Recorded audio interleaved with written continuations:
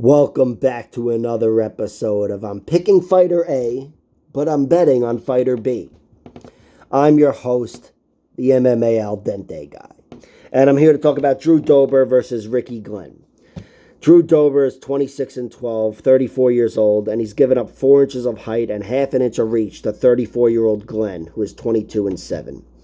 Both these guys have historically been very durable, very, very durable when it comes to taking strikes. Because sometimes durability in MMA could mean submission defense. But I mean, they've been very tough and had very good chins, and yet each of them is coming off a knockout loss. The first of which in the UFC, for either guy. Dober was knocked out once, a dozen years ago maybe, way before he was in the UFC, but he was legitimately knocked out. Since then, he'd gone very strong, never been TKO'd or any bullshit, even a doctor stoppage, a cut, whatever. And then finally Matt Frevola got him out of there in his last fight. And Dober, unlike Ricky Glenn in his loss to Christos Giagos in his last fight, Dober wasn't unconscious against Matt Frevola. And I do think if the fight was allowed to continue, if he was allowed to continue, I should say, that he might have just battled his way back in. And I say that because we saw him battle his way back into a couple of victories preceding that fight. He got 3 consecutive stoppage finishes, which is the same shit. That's a redundancy, they call it. 3 consecutive finishes over good fighters that had tested him. Terrence McKinney, Rafael Alves, Bobby Green. Round 1, round 3, round 2. And look where Bobby Green's at here. Speaking of which, Drew Dober knocked out Bobby Green, and Ricky Glenn had a draw with Grant Dawson. And now they're on the undercard of those guys' main event. But Drew Dober, he's looking to regain that momentum that he lost in the loss to Frevola. And, he got most impressively that win over Bobby Green. That was the one right before the Frevola loss.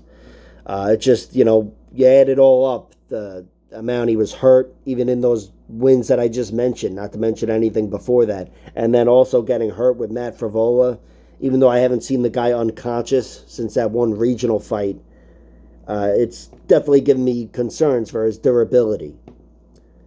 And for Ricky Glenn, I have seen him unconscious. Giagos knocked him unconscious, and while that's the only time he's been knocked out, he fights too infrequently for me to really, trust him.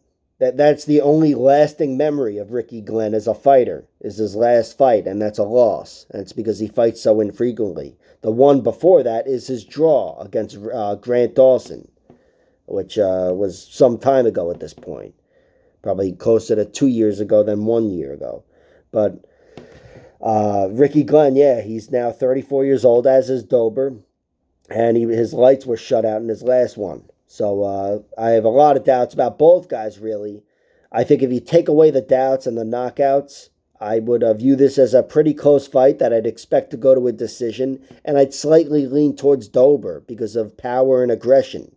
And I think Ricky Glenn, Ricky Glenn's a very good striker himself.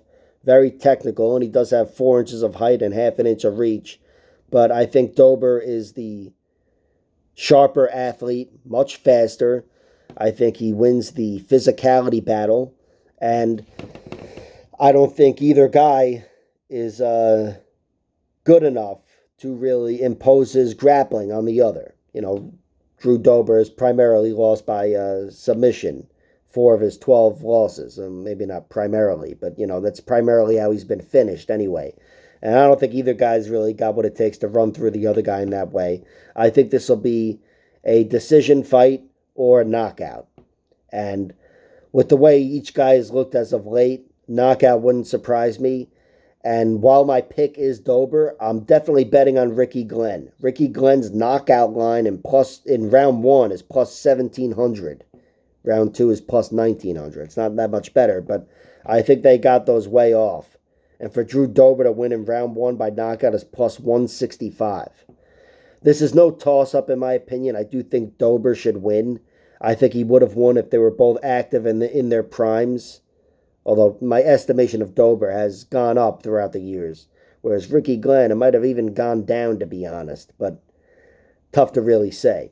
But overall, I am picking Dober, but I am betting on Glenn. Ricky Glenn's a guy who has impressed me throughout his UFC career, and his power's been there for him when he needed it. But in general, he's not the most imposing striker, and definitely a good scrapper who can fight hard for 15 minutes, and he's proven so at the UFC level.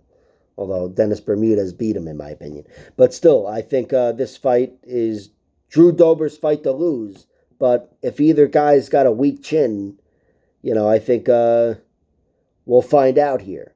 And I have two major questions about their chins. I'm siding with Dober, but I'm betting on Ricky Glenn, especially when you compare their knockout odds. Again, their knockout odds are 10-1. Ricky Glenn's plus 1,700 to win in round 1 by knockout as opposed to plus 165 for Dober. So I just think they got that one wrong. It's a little too disproportionate. But yeah, I am picking Drew Dober. I think Dober would win a decision just based on aggression, if nothing else, and power, of course, which does win decisions. And I think he would get the first knockout, too, between the two of them. Dober's a guy whose durability I certainly would have questioned more, but that with each of their recent KO losses or TKO losses, the Ricky Glenn one has really stuck with me. Again, it's the lasting impression, and I know Drew Dober can do what Yagos did.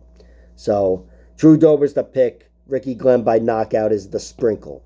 Like, share, subscribe, all that horse shit. Check out my other videos.